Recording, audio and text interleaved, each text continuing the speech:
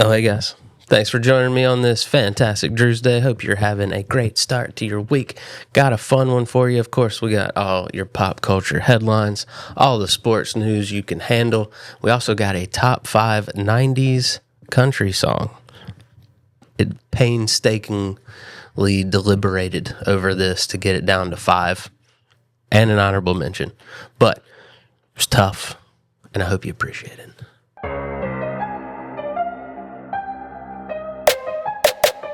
The British have broken the car speed record. 64-year-old Andy Green. He is the only human that has broken the sound barrier. So he's just looking for new things to break, new records to conquer, and new ways to try to get a car accident.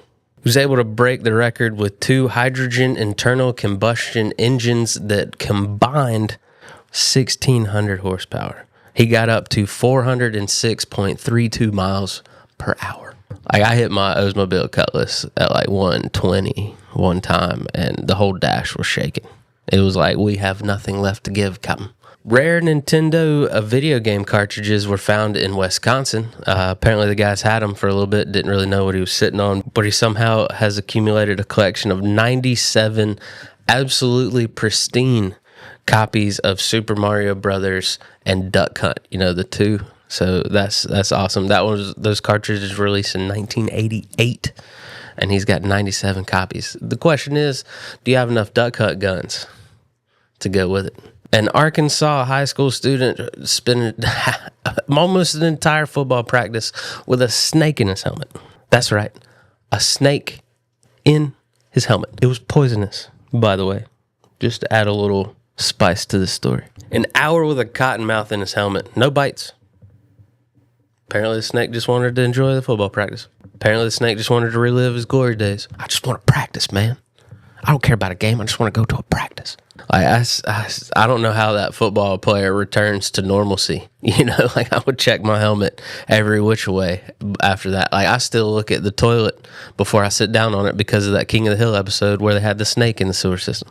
Y'all gonna get the re-released G-Units. That's right, 50 Cent and Reebok are bringing back the prized G-Unit sneaker at $130. I can't remember what it was back in, what was that, 2002, 2003? The G-Units first came out? That's crazy, man. But that's when sneakers were just, you had to match the sneakers with the hat, and you had to have the clothes to go with it. Like, G-Unit had a whole wide array of just clothes, shoes, really a lifestyle brand. That's when rap was thriving, man. I loved early 2000s hip-hop. It's nothing better. We got another museum heist, this time in Italy. They gave France a break. Thieves stole 4 works that were tied to Renaissance painter Antonella di Messina.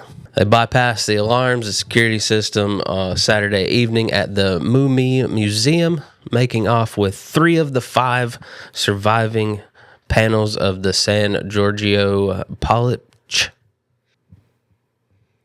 There was one painting that had 5 panels. They stole 3 of them.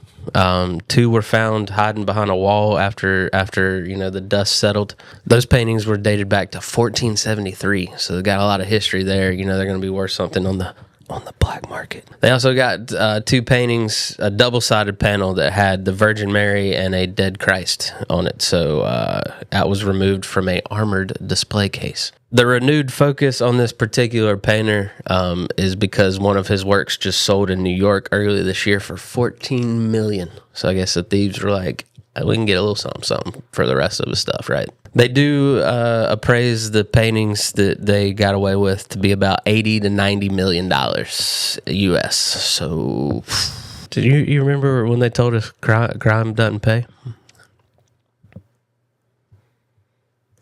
Is that like one of is that like another like Dare situation where they like said one thing, but like big win for Italian law enforcement people, though. They recovered 3 works from Renoir, Cezanne, and Matisse worth millions that were stolen earlier this year. So they lost some, they win some. It's a balance of life. Rick Ross says he hasn't lost a game of Madden in 9 years. And we all know celebrities don't ever lie to make themselves look good, so I believe him. But the question is, obviously whatever with him and Madden, but what's your game that you think you're better than everyone else? Like if you're going to go on an epic 9-year-long win streak on one particular game, what would it be? Let me know in the comments. I think I'm pretty sick with Fight Night. Think I can dodge, duck, and throw some haymakers, But let me know in the comments what your go-to game that you could dominate people in. Also pretty nice at Tecmo Super Bowl back in the day. So on this day, August 18th throughout history, in 1817, they had sightings of a 60 to 70 foot sea serpent off shores of Gloucester, Massachusetts. My apologies if I'm saying that wrong. Gloucester. And that was the last time Nessie ever went on vacation. She's like, y'all be running your mouths too much around here. I can't be doing all that. In 1872, Aaron Montgomery Ward issued the first mail order delivery business. He had one sheet of goods that he had. There was 163 items on it, and he sent them to you. Did people have addresses back then? You watch some old westerns and stuff, and it's just like, yeah, I know where the ranch is, but like, was that a road? Would that be an address? Like, is that one of those that, like, if the postman doesn't know who you are, you're kind of just screwed kind of thing? Like, in 1960, the Beatles had their first public performance. It was in Hamburg, Germany. And still to this day, I still don't get it. I don't understand the Beatlemania. Like, I like Eleanor Rigsby when it's like sung by other people. In 1983, 12-year-old Samantha Druce became the youngest person to swim the English Channel. The 80s, we were a proper civilization, Nowadays, we just have 12-year-olds trying to warn us of the impending doom of the earth. Good thing we don't listen to them. 90s country music was just the best. It's pure garbage these days, and you know it. And I live in Nashville, so I have like 20 different country stations I can listen to, and like 3 that are like other stuff. But luckily, we got a throwback country station, and that is what Makia stays tuned into. Just a country boy living here in Nashville, driving Makia. So I love old school country so much. So let's do top 5 90s country songs. And that was super hard to narrow it down to 5. Like if I was given 10, maybe we'd have a little John Michael Montgomery Sold on there, or a little I'm in a Hurry from Alabama.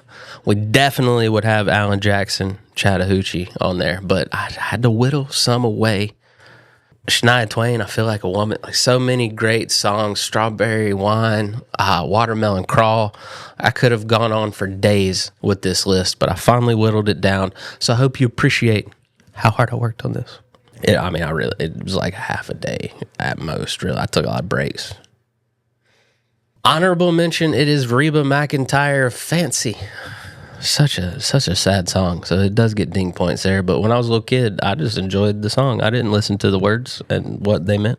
But my goodness, Fancy had a difficult childhood, so I feel like she at least needs a little acknowledgement on that end. But Reba, banger of a storyteller.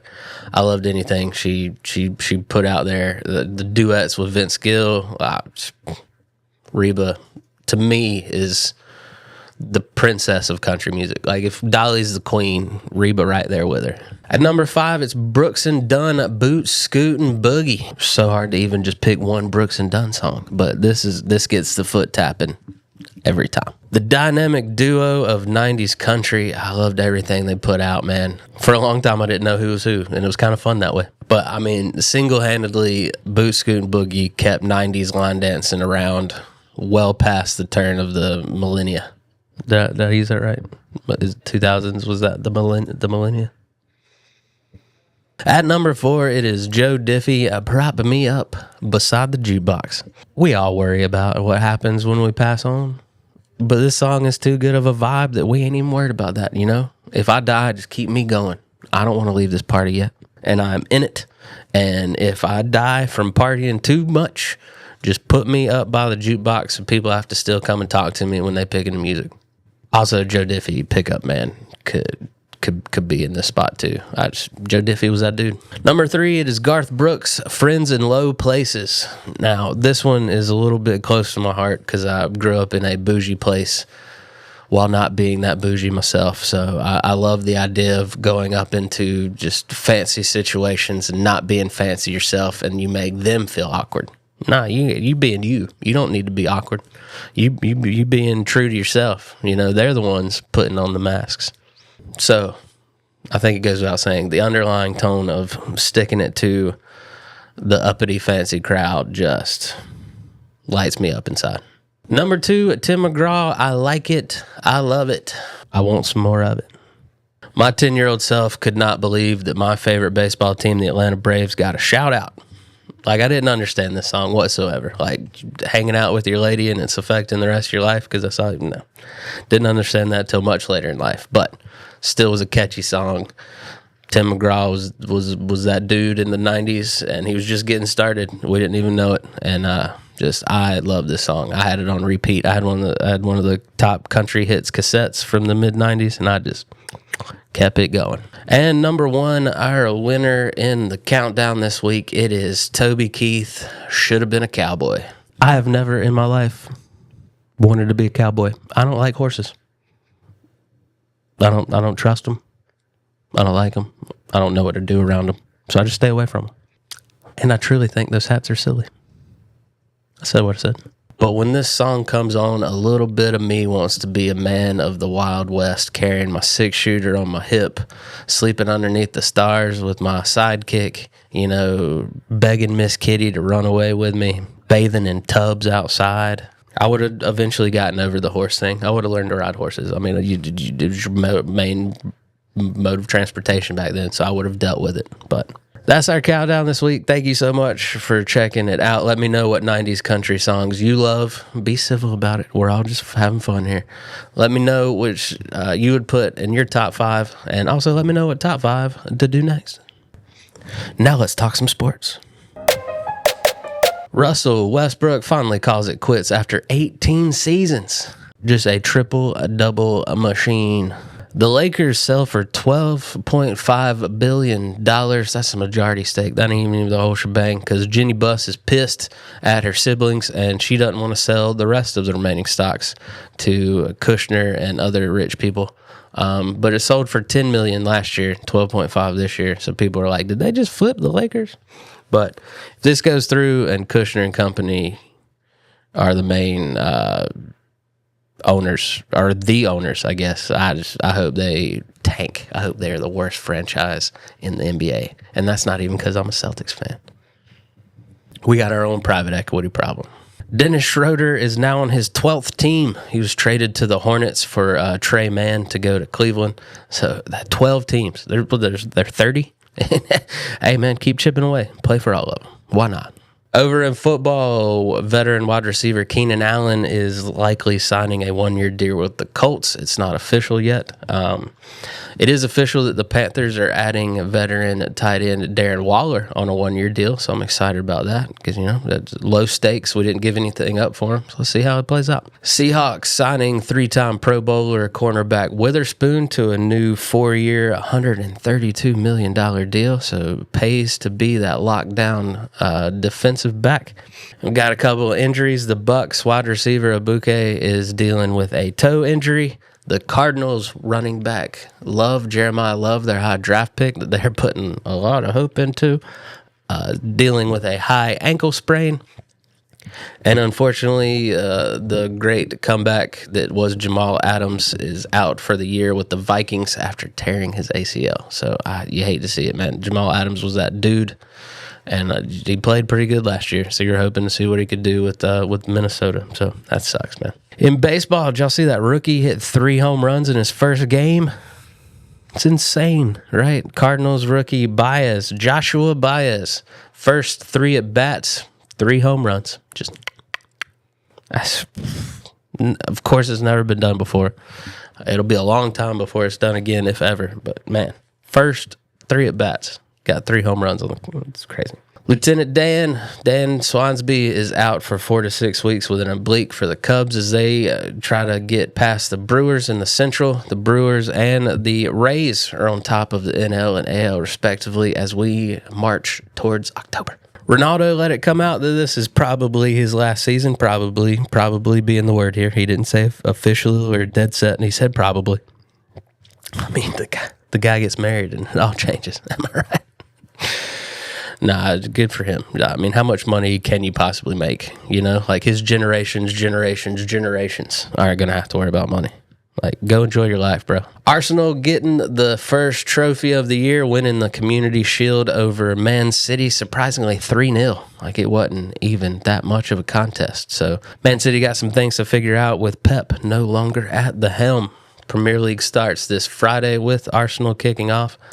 I've already forgot who they're playing, but I'm so happy that Premier League soccer is back. I know what I'll be doing this weekend. The U.S. men and the Canadian women win the World Flag Championships. They both secure their spots in the Olympics, which the men's U.S. team already had since they are the host. The U.S. women already get the bye, but then also Mexico's women and Canadians men secured their spots as well, winning the third place games. And last but not least, we got college football on the horizon. Ohio State #1, Oregon #2 in the first polls of the season. Georgia, Notre Dame, and Texas round out the top 5. So let me know in the comments who you pulling for. It might not even be your team. Like, I'm a UNC fan, and I know we're going to suck again this year. So I'm kind of hoping Notre Dame causes some havoc. You know, it'd be fun. I'm tired of Ohio State, tired of Georgia, Texas. So we'll see. But, I mean, I'm barely hanging on college football as it is, so let's see how the season goes. But that's our show for this week. Thank you so much for tuning in. I appreciate you joining me and checking in with your Uncle Drew. Go ahead and hit that subscribe button. Share us with the world, your friends, your family, people you don't really like that much, you know, all of the above. And remember, we're all weird. Way more fun when we're weird together. We'll see you next time.